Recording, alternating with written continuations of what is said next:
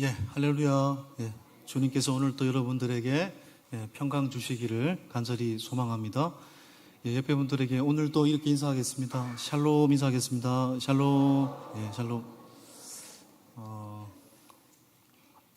덴마크의 철학자 세안 키에르케고르라는 사람이 언어의 유혹이라는 도명수 작가의 책에 나와 있는 문장인데요. 인간을 유혹하지 못하는 자, 인간을 구원하지 못한다. 이 문장을 제가 굉장히 울림 있게 받아들였습니다.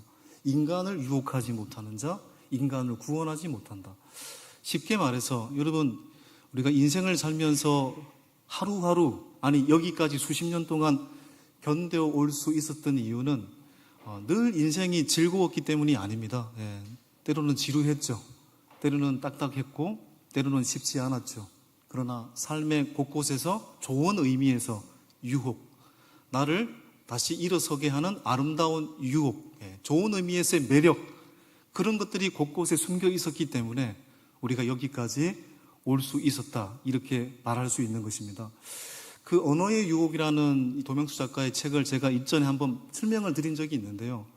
이 책은 알다시피 이 도명수라는 작가가 국어사전을 읽은 것에 대한 책입니다. 어떤 의미에서 국어사전이 여러분 물론 국어사전마다 단어가 몇 개나 있는지 모릅니다만은 그분은 16만 개가 되는 3,000페이지가 되는 국어사전을 2년 동안 정독했다고 합니다.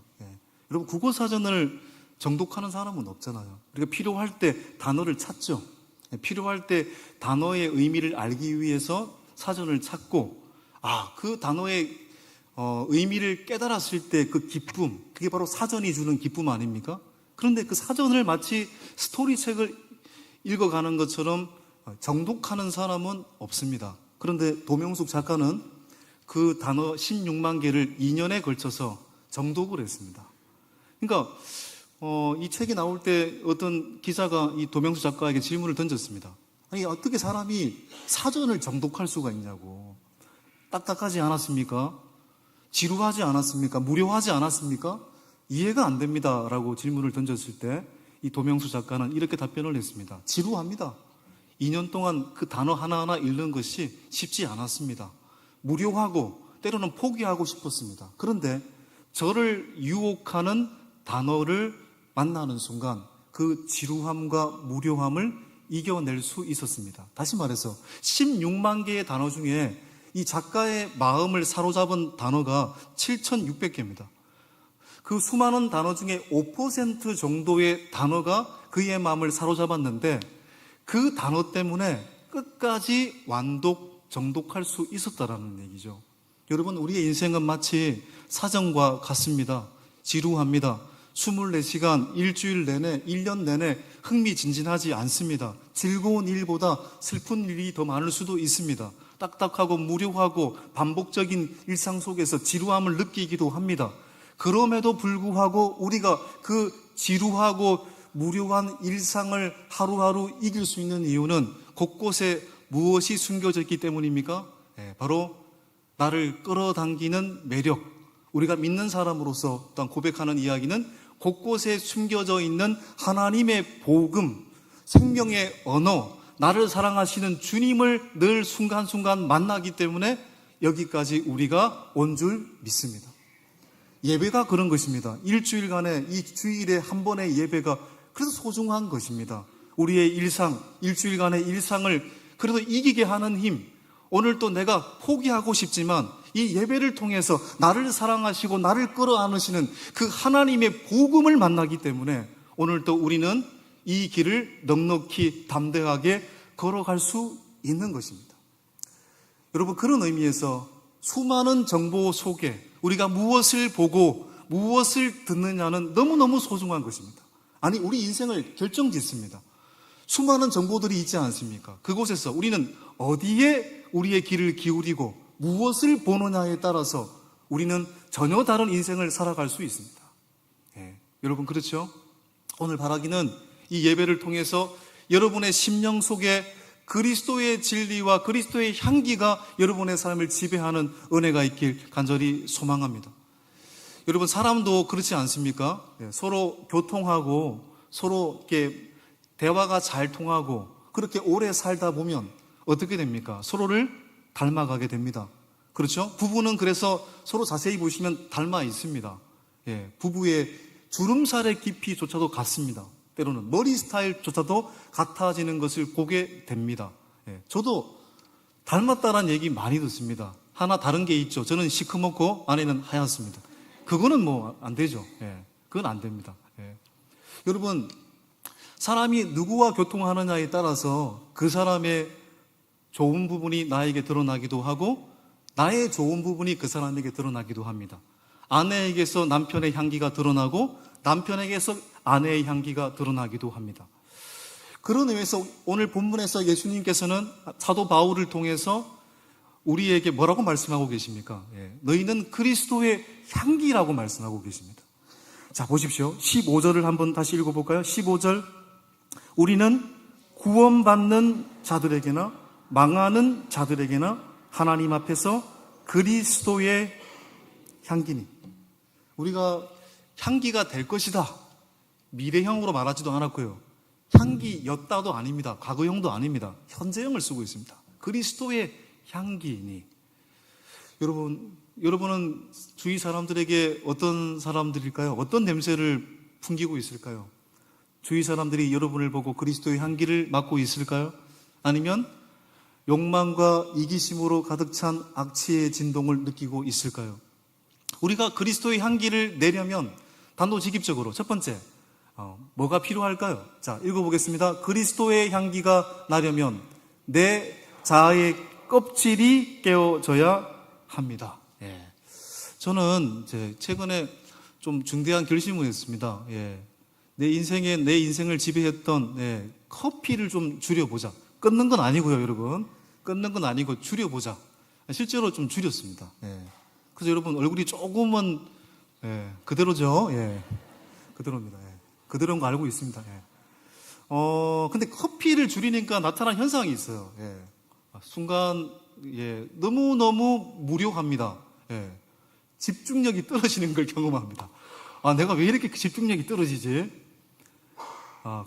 저도 무심코 커피를 마셔보니까 바로 정신이 번쩍 들었습니다. 커피가 부족해서 그렇구나. 예. 그런데 이걸 제가 견뎌내야 됩니다. 어떤 의미에서.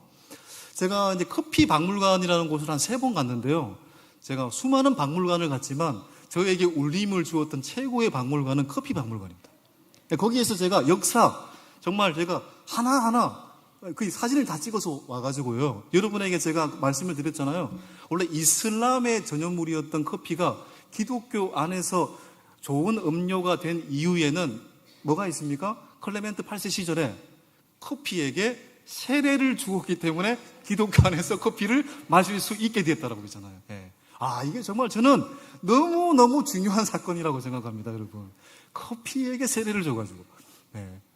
커피 박물관에 가보니까 제가 좀 중요한 부분, 저만 중요한 것 같아요. 여러분, 온도가 정말 중요하지 않습니까? 커피에는 어떤 온도를 쓰느냐에 따라서 달라집니다.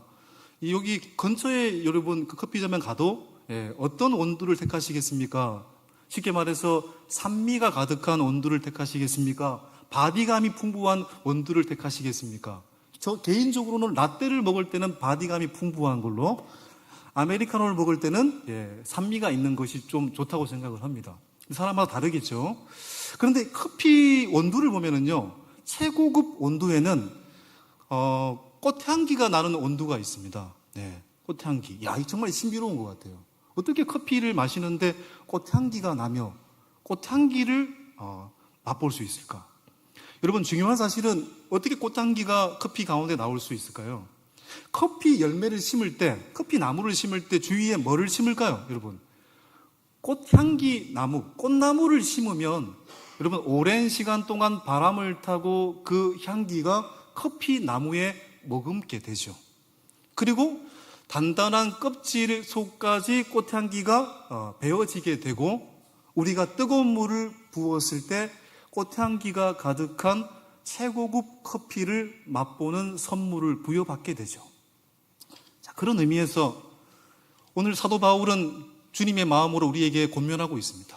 너희는 바로 그와 같은 꽃향기를 품은 그리스도의 향기이다라고 말씀하고 계십니다. 여러분, 커피도요, 중요한 사실은요, 여기서 중요한 영적인 법칙이 있는 것입니다. 커피도 자세히 생각해 보면 아무리 커피 나무가 꽃향기를 머금고 있다고 할지라도 여러분, 한 가지 과정이 더 필요한 것입니다. 뭐가 필요할까요? 맷돌이나 글라인더로 이 커피 원두를 으깨야 됩니다. 그 커피 원두가 깨어져야 뜨거운 물을 만났을 때 꽃향기를 내는 최고급 원두 향을 가진 커피가 될 수 있는 겁니다. 바로 영적 질서에서도 마찬가지입니다. 우리가 수많은 세월 동안 주님을 믿는다고 하지만 뭐가 결국 필요한 것입니까? 나 자아의 껍질이 으깨어지는 과정이 반드시 필요한 것입니다. 나의 자아의 껍질이라는 것은 나의 교만이라는 껍질, 나의 자존심이라는 껍질, 나의 경험이라는 자아의 껍질이 깨어져야 내 안에 그리스도의 향기가 배어지게 되고 나의 삶을 통해 그리스도의 향기가 드러날 수 있는 것입니다. 그렇지 않으면 수십 년을 믿어도 내 안에 그리스도의 향기가 드러날 수가 없습니다. 늘 얘기하듯이 이 컵이 있는데 물을 이렇게 받아야 되는데 컵을 엎어놓고 물을 받으면 물이 하나도 담기지 않는 것입니다.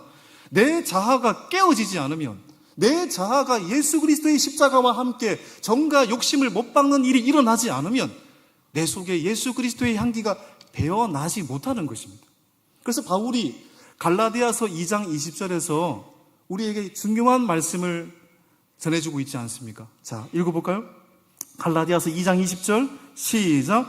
내가 그리스도와 함께 십자가에 못 박혔나니 그런즉 이제는 내가 사는 것이 아니요 오직 내 안에 그리스도께서 사시는 것이라. 여러분, 예수 그리스도와 함께 십자가에서 나의 이기적인 자아가 십자가에 못 박는 작업이 있게 될 때, 매일매일 나는 죽고 예수로 사는 고백이 우리 가운데 일어나게 될 때 우리 속에 그리스도의 향기가 드디어 풍겨나기 시작하는 것입니다. 여러분, 그러면 예수 그리스도의 향기를 드러내는 삶, 우리의 자아의 껍질이 깨져서 그리스도의 향기를 드러내는 삶은 구체적으로 어떻게 사는 걸까요? 쉽게 말해서 저는 그리스도의 향기를 드러내는 사람은 그리스도를 모방하는 사람이다, 이렇게 말할 수 있겠습니다. 그리스도를 흉내내는 사람이다. 제가 4월에 우리 성도들 35명이었나요? 나가사키 이제 갔는데요, 선교순례로. 엔도 슈샤쿠의 침묵으로 유명했던 그 나가사키 선교순례를 할 때 제가 그 엔도 슈샤쿠의 책을 하나 또 알게 됐습니다. 깊은 강이라는 소설이었습니다. 이것도 기독교적 세계관을 갖고 있는 소설인데요. 이 엔도 슈샤쿠의 이 깊은 강이라는 소설에 보면은 주인공이 등장하는데 주인공의 이름이 오스라는 남자 청년이었습니다. 이 오스는 도쿄의 대학교에서 철학과 신학을 공부하는 학생이었고 신실한 주님의 자녀였습니다. 자, 그런데 어느 날 이 오스에게 유혹이 찾아옵니다. 바로 미스코라는 여학생이 나타나가지고 이 오수의 신앙을 짓밟기 위해서 나타난 거죠. 결국은 오수는 이 미스코의 유혹 앞에서 어떻게 됐을까요? 그 유혹을 이기지 못하고 결국 주님을 버리는 자가 됩니다. 주님을 버리고 결국 미스코의 유혹에 넘어가서 잠시 동안 쾌락을 즐기게 됩니다. 그러다가 얼마 지나지 않아서 미스코는 오수를 버립니다. 결국 오스는 미스코로부터 버림받음을 받고 난 뒤에서야 깨닫게 됩니다. 내가 돌아갈 곳은 오직 주님 앞에 밖에 없구나. 주님께 돌아가는 것만이 나의 희망이구나. 마치 돌아온 탕자처럼 다시 오스는 주님 앞에 엎드리기 시작합니다. 그리고 주님 앞에 기도를 합니다. 주님, 저는 감히 눈을 들 수가 없습니다. 저는 주님을 버렸던 사람이었습니다. 주님, 저를 용서해 주십시오 라고 기도를 드렸더니 그의 마음속에 이와 같은 울림이 있었습니다. 오스야, 괜찮다. 나도 누군가로부터 버림받았단다. 나는 너를 결코 버리지 않는단다. 이 음성을 듣고 나서 오스는 결단을 하게 됩니다. 프랑스로 날아가서 신학을 공부하고 신학교를 다 마친 이후에 세상에서 가장 가난한 나라로 가기로 결단을 했습니다. 그 시절에 그가 생각하기에 가장 가난한 나라는 인도의 바라나시라는 곳이었는데, 그곳은 불가촉 선민들이 모여 사는 곳이었습니다. 그 바라나시의 시민들의 소원은 딱 하나였습니다. 내가 죽을 때 화장을 해가지고 겐지스강에 뿌리는 겁니다. 이 일을 오스가 죽을 때까지 감당하기로 결단을 합니다. 그래서 사람들이 돌아가실 때마다 화장을 하고 그 화장을 한 것을 겐지스강에 뿌려주는 일들을 감당하게 되죠. 그리고 가난한 사람들을 돌보기 시작합니다. 그러다가 그는 어느 날 쓰러지게 됩니다. 쓰러지게 되는데 주님 앞에 이런 기도를 오스는 드립니다. 주님, 당신은 등에 십자가를 지고 죽음의 언덕 골고다에 오르셨습니다. 저는 지금 감히 그 흉내를 내고 있습니다. 주님, 당신은 등에 여러 사람의 슬픔을 짊어지고 골고다까지 오르셨습니다. 저는 지금 감히 그 흉내를 내고 있을 뿐입니다. 이런 과정 속에서 과거에 그를 유혹했던 미스코를 다시 만나게 됩니다. 미스코는 오스에게, 야, 너 헛짓하고 있는 거야. 네가 그렇게 거룩하게 산다 한들 세상에 알아주는 사람 아무도 없어. 주님도 너를 지금 알아주지 않잖아. 주님은 여전히 침묵하고 계시잖아. 너 그렇게 산다고 해서 세상을 바꿀 수가 없어. 막 이렇게 조롱을 합니다. 그런데 이 이야기를 듣고 나서 오스는 이렇게 답변을 합니다. 난 괜찮아. 난 이렇게 살아도 너무너무 행복해. 주님을 흉내내고 모방하는 것만으로도 나는 너무 행복한 삶이야 라고 고백하게 됩니다. 여러분, 사도 바울도 그렇게 고백하지 않았습니까? 내가 그리스도를 본받는 자 된 것 같이 너희도 나를 본받는 자가 되라. 다음 주일에 말씀을 드리겠습니다. 우리가 주님을 따라가고 주님을 흉내내야 될 곳이 어디입니까? 주님을 모방하며 살아가야 될 장소는 어디입니까? 거창한 곳이 아닙니다. 화려한 곳이 아닙니다. 내 삶의 자리입니다.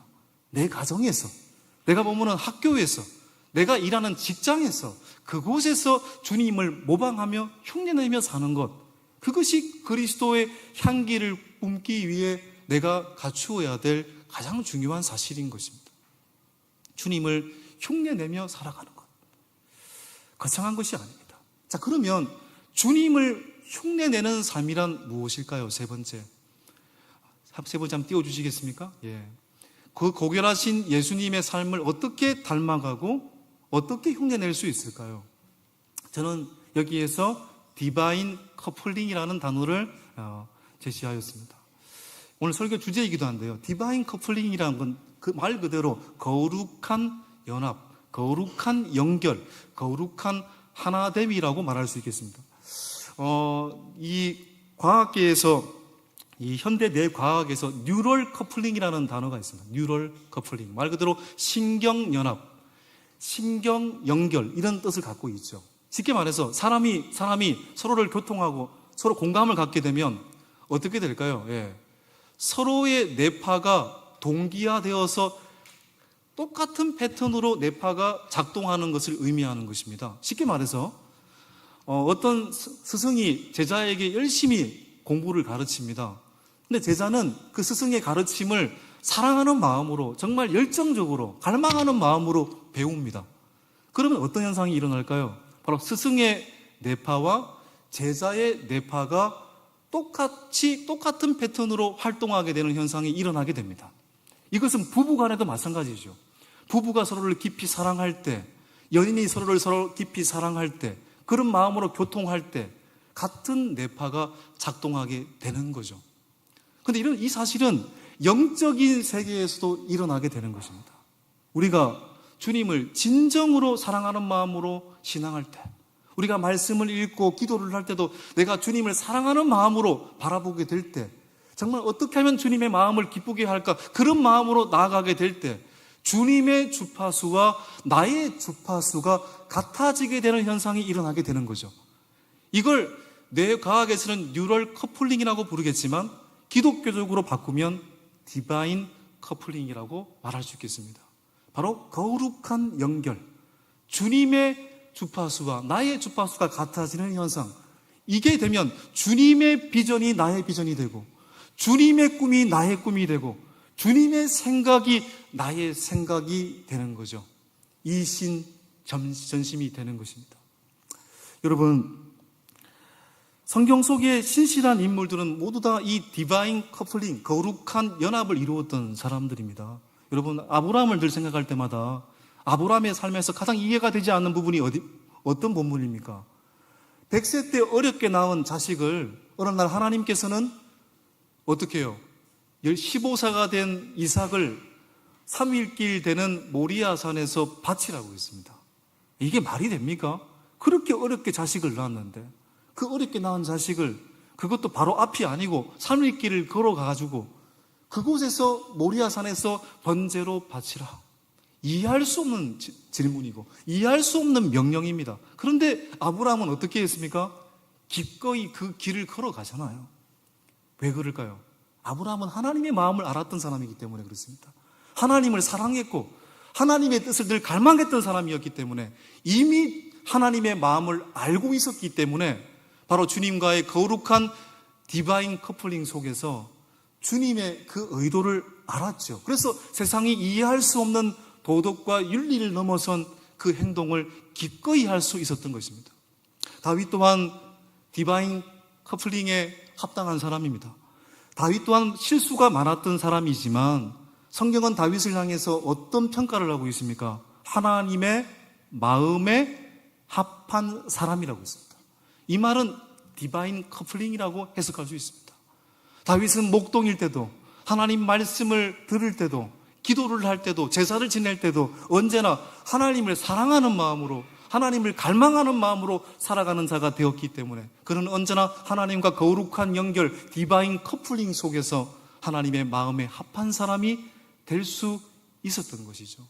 여러분, 오늘 바라건대 우리가 단순히 이 예배에 나와서 하나님 말씀을 일방적으로 듣고 도덕적으로 내가 이렇게 살아야지 이게 아닙니다. 여러분, 하나님을 인격적인 하나님으로 오늘 또 갈망하고 하나님을 사랑하는 그 마음이 여러분 가운데 넘쳐나서 하나님의 생각이 여러분의 생각이 되고 하나님의 꿈이 여러분의 꿈이 되는 디바인 커플링의 역사가 일어나기를 간절히 소망합니다. 여러분, 지난달 좀 속상했습니다. 사실 우리나라 월드컵 축구가 너무 허무하게 끝이 나가지고 그날 이 3차전 때 우리 교회 이 외벽 청소하고 있었는데요, 축구를 제대로 보지도 못하고 그날 좀 뭔가 허무하더라고요. 느낌이 허무하더라고요. 우리나라 분들이 다 그랬던 것 같아요. 근데 아무튼 월드컵 결승전은 누가 했습니까, 여러분? 아르헨티나와 스페인이 했잖아요. 제가 새벽 예배 마치고 나가지고 갔더니 여전히 연장전을 하고 있더라고요. 그런데 여러분도 알다시피 이번에 이 월드컵 결승전에서 이례적인 일이 있었습니다. 한 번도 하지 않았던 하프타임에 세계적인 팝스타들이 나와가지고 공연을 하는 일이 있었습니다. 이건 뭐 미국식 방식의 어떤 공연인 것 같아요. 자, 그런데 거기에 보면은 정말 유명한 스타들이 나왔잖아요. 시대의 아이콘이었던 마돈나, 또 남미에서 빌보드 차트를 점령했던 샤키라라는 팀도 있었고, 또 우리의 자랑인 뭡니까? BTS. BTS. 너무 엄청납니다, 여러분. 그리고 또 세계적인 천재 팝 스타였던 저스틴 비버. 이 사람들이 12분에 걸쳐가지고 딱 연결해서 공연을 하는데 너무너무 멋졌어요. 당연히 저는 한국 사람으로서 BTS가 얼마나 잘하는지를 봤고요. 너무너무 뿌듯했습니다. 한국 사람으로서. 국뽕이 차오르는 순간이죠. 자, 그런데 이 공연을 보고 나서 저는 진짜 놀랐던 게 있습니다. 대부분의 팝스타들은 뭘 불렀습니까? 자기의 히트곡을 불렀습니다. 그런데 단 한 사람은 히트곡이 아니라 작년에 발매도 아니고요, 작년에 발표했던 노래를 불렀습니다. 바로 저스틴 비버의 Everything 할렐루야, 모든 것이 할렐루야, 범사의 할렐루야라는 노래를 불렀습니다. 이건 팝곡도 아니고요, 자신의 신앙 고백이 담겨진 쉽게 말해 복음성가였습니다. 그 찬양을 불렀다는 얘기잖아요, 쉽게 말해서. 그런데 그 기타 하나로 온 세계 20억 이상이 지켜보는 그 월드컵을 압도했잖아요. 여러분, 이 노래는 가사를 보면은요, 이 노래 가사는 공연 때마다 늘 바뀌더라고요. 제가 자세히 들어보니까. 한번 띄워주시겠습니까? Everything 할렐루야 가사는 이런 겁니다. 부서짐 속에서도 할렐루야. 기다림 속에서도 할렐루야.